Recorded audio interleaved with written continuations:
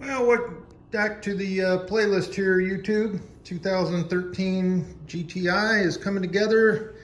Getting pretty much close to being done. I'd say it's about 90%, let's say. A few things I need to do is I need to flush out the coolant. I always like to do that after engine rebuild, and it's had a few miles on it. The reason being is all of that cleaning product and potentially the oil and the sealant that could potentially get, through the engine. I like to get that flushed out of the coolant because as it has a tendency to clog up the radiator and the coolant in the transmission, or the coolant, the little mini radiator anyway, that's right under the battery here on the DSG transmission. The other thing I like to do is after a few miles is check the oil, and I just did that. And then after I've had probably about 500 miles on it, I'll go ahead and flush that oil out and put some brand new fresh oil in it. Right now I'm using the, I believe it's made by Motul. It's 1040, I believe it is. Got the little weather stripping blew off of here. Anyway, yeah, I drove it around today, quite a bit actually. Ran absolutely perfect. I reset the DSG transmission. Basically, you hold the gas pedal down all the way to where it stops, so gas pedal down, you'll feel a little resistance, push it all the way to the floor. Turn the key and hold that pedal down for about 30 seconds to a minute or so. And then you'll hear the, it resets the DSG shift points in the transmission. It also resets the throttle body. And so you'll hear that throttle body kind of go, kind of, sorry for the sound effects there, but that's basically what it does. And then you'll turn the key off, get out of the car, close the door, press the lock button on your key fob, and then wait about 5 minutes, and then get back in the car, drive it around just normally, nothing high speed, not like grandma, or not like, Michael Andretti, but yeah, you'll do that, and I'll reset all the shift points and everything. The car will run really, really smooth, and it'll shift great on you. So that's where we're at now. I finished up the paint. I did not fix the paint chips here and here and here. And I did not fix that one chip right there where the clear cake came off. I just didn't want to do that. It wouldn't have matched right. It would have looked like a, patched together job, and I'm not into painting the entire front bumper for a salvage vehicle here. So I did get the new hood insulation, and it did come with the clips. And actually this one came with the heat shield kind of thing on it. That pretty much goes right over your throttle body where all the heat would come up through the air, the air fans in the radiator and stuff like that. I was able to polish out the headlights, and they turned out damn near almost brand new. The bulbs themselves are really, really bright. It does have daytime driving lights, and then the fog lights over here. Yeah, I'll show you how this paint turned out. Sorry about the dust, stuff like that, but let me get this wiped off and see if, no, sorry. That's just, that's polishing compound that I need to get and do a wash on it. But yeah, you can see it got all of that, that sun bleaching out, and got really, really smooth. Fixed the majority of the scratches in it, with the exception of big ones. And then I still need to go back and do the deep black coating on like that antenna and then some of the trim pieces and stuff like that. But yeah, she runs excellent. And then need to go out and just one final wash and get back in. I do need to get her up on the jacks and make sure there's definitely nothing leaking up underneath there. I haven't seen any puddles, nothing leaking down in the engine. Got in there just a minute ago with the flashlight. I haven't seen anything. As far as the process to title, so I'm going to go over that. So if you're thinking about doing a project like this, you'll know where to start. And this is in the state of California.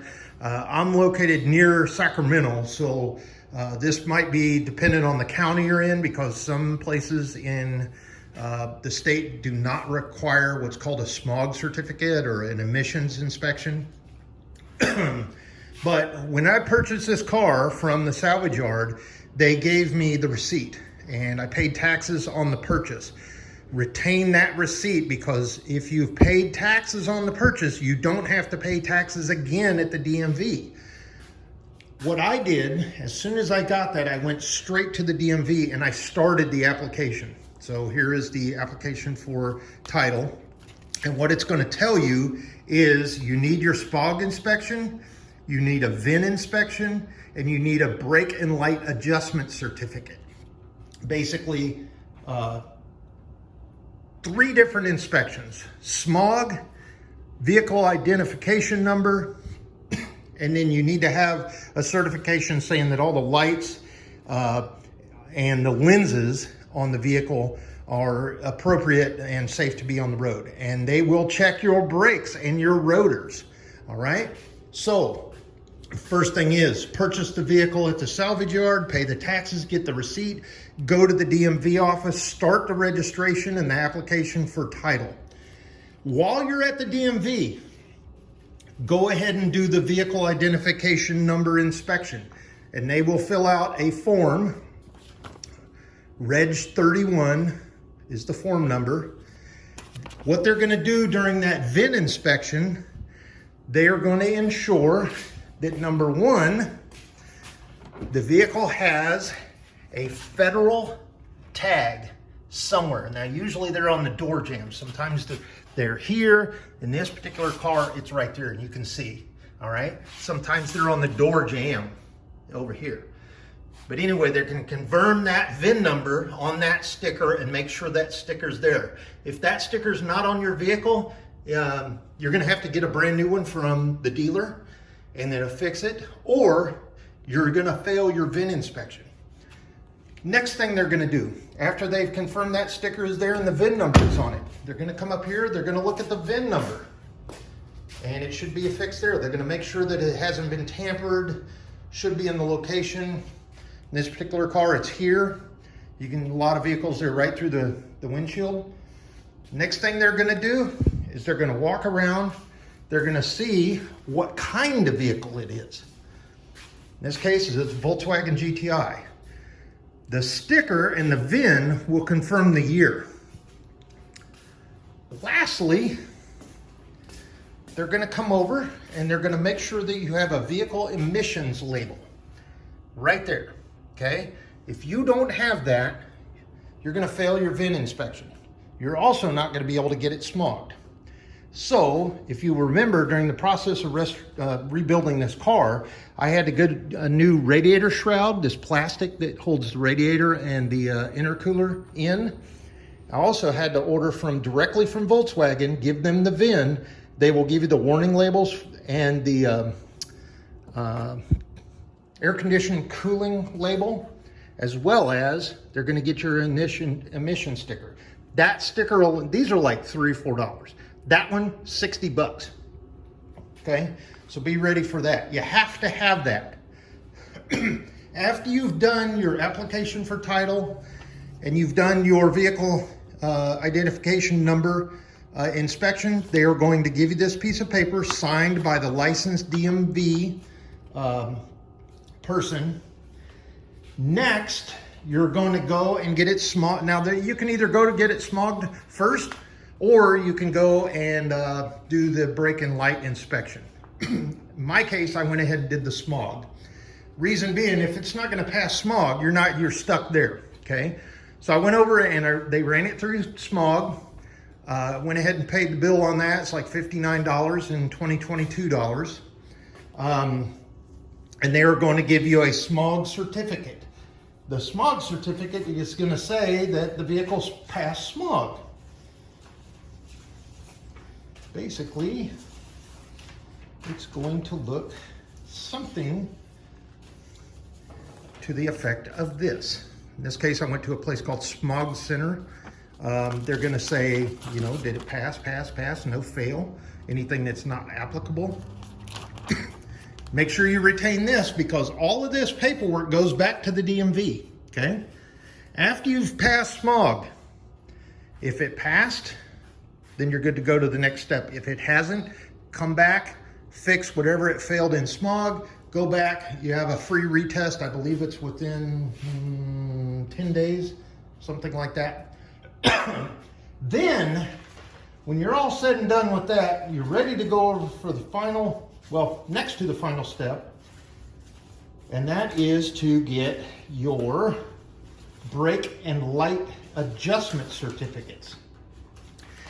Where I chose to go is you can go to like a Firestone or to a Napa, but you want to call them ahead and say, are you certified to do California State lamp and brake adjustment inspections? And can you issue certificates upon their completion?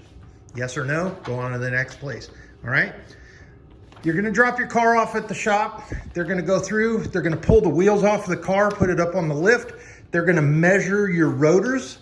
They're going to measure your calipers and your brake pads on the calipers and make sure they're all in spec for the specific vehicle you're trying to get inspected. In this case, they're going to pull up a 2013 model year Volkswagen GTI. They're going to measure the thickness of the brake rotors, all four, front, rear, both sides, driver and passenger, with a micrometer. They're also going to do the same thing with the brake pads. Once they've done that, they're going to put the wheels back on. They're going to go to the next step, and that is to ensure that all the brake lights, turn signals, headlights work and they illuminate, okay? So check your bulbs before you go. Make sure all the lights work, all the flashers. If you have a fuse out, if you have a relay that's out, you have to fix that first, otherwise it's not going to pass. The most critical thing outside of the brake thickness and the wear of the pads that could cause that inspection to fail is if you don't have the actual DOT lenses on for your lights, okay? And what I'm talking about is on your light itself, there's going to be a real fine some digits, and it'll say DOT, okay? If the lenses are not DOT certified, you're going to fail, okay? They should have, see if I can't find it up here on the front. There you go. See that little real faint right there? It says DOT, okay? It has to you have to make sure that actually is on there. If the inspector goes around and doesn't see the DOT little emblem on any of the lenses, that includes the headlights, the brake lights, the reverse lights, the fog lights, as well as your side marker lights here. And as you remember, I got those side markers off of Amazon. You're gonna fail. They're gonna check that. They are gonna make sure that the brakes function properly, whether that includes a test drive or if they put it on like a dynamometer process and run the vehicle and then hit the brakes and see if they work. They're also gonna make sure that, like in this case, if you have a third brake light, that has to illuminate. And don't forget your license plate lights, okay? All those have to be good. The bulbs have to illuminate, and the turn signals, like I said, have to work. If you pass that inspection, you will get two little certificates. One will be for the brakes, and one will be for the brake. See how that says brakes? And this one here says lamp adjustment, okay? Those two certificates, they're numbered, okay? See that little red number? That has to go back with your packet of paperwork to DMV. As soon as you go to DMV, you walk in, you say, I want to complete my registration and I would like to apply for plates. I've done my salvage inspections. I'm ready to go. They're going to give you a number. You go sit and wait. You go up. You don't have to fill out any more paperwork because you've already started the process with your application for title in the very beginning. So if you do it the way I did it, you're going to save you some time and you're not going to be standing in line waiting on your number to be called and wasting 3 or 4 or 5 days of your time, okay? I was able to do this process in 2 days. One day took me about an hour and a half, and that's being generous, on doing the application for title. Remember, go to the DMV, start the registration process. Make sure you take in your receipt for the vehicle that you purchased from the salvage yard. Then I waited a few days and I went and did my brake inspections and my smog on one day, and I just did that today. The smog took about 20 minutes. The brake and light inspection, I dropped the car off and they were done within 3 hours, okay? Some places you might be able to sit and wait on your car. Some places they might want you to drop it overnight. Now, in the meantime, you got a question. You're driving around with a car with no plates, no registration, that's not legally able to be on the road. So what do? Well, remember, whenever I went to the DMV to start my application for title, I told them what I was doing. And I asked them to give me what's called a vehicle moving permit. They will give you a in this case, I got 2 days, so they were being generous. Usually they're gonna give you one of these. These are for certification of brake and light and certification of smog, okay? And basically I had 2 days to free drive around, find shops to do my smog, as well as do the brake and light inspection and adjustment, okay? Those are basically get out of jail free permits. If you get pulled over while you're driving with no plates on the car, peace officer, you just show them this and say, hey, I'm going to get the smog. They're gonna let you go, okay? Now, one thing I left out, before you do any of this, get insurance on your car. Liability insurance is cheap. Go ahead and get it, because if you don't and you're out there driving around this car, you know, that you picked from a salvage yard, you think you fixed it right, you smash into somebody's fence, you blow through a stop sign, it doesn't stop, you hit a car, you're gonna get sued. They're gonna come after you for your house, your cars, whatever assets you have, your bank account, your 401k. Don't be that person. Go ahead and get insurance at the very beginning. They'll insure the car. Salvage vehicles, you can go to Progressive. You can go to the General. You cannot go to USAA, and I don't believe Allstate will insure salvage vehicles, okay? But that is a critical step as well. So remember, buy the car, start the registration process. That could take 2 years, 3 years, however long it takes for you to get the car fixed and get it repaired. Then go do all the inspections, go back to the DMV with all of your paperwork, slap it down on the counter, and say you want to finalize your application for registration, and I'd like to get license plates now. And you should have no problem whatsoever. So tomorrow morning, I'll be standing in DMV with a nice fresh set of paperwork, and I will pay my fee for if I want to get specialized license plate or just standard California license plate. I'll go ahead and get the standard because I'm probably going to resell this car anyway. I'll pay the fee for the license plate, 2 required, front and rear of the vehicle. And since I've already paid taxes, I've already paid for all the fees and everything like that, I'm done. I'll get my plates, I'll stick them on the car, I'll drive away, and there I go. I've got a registration, I've got title coming in the mail eventually. Now, it brings up an interesting point. In California, if you don't request a paper copy of the title, which you do have to pay for, I believe it's an additional like $30, then it's all electronic, okay? The problem with that is if you sell the vehicle without a hard copy title, there's no place to write on that, the seller and the purchaser. I always like to have that nice shiny blue title.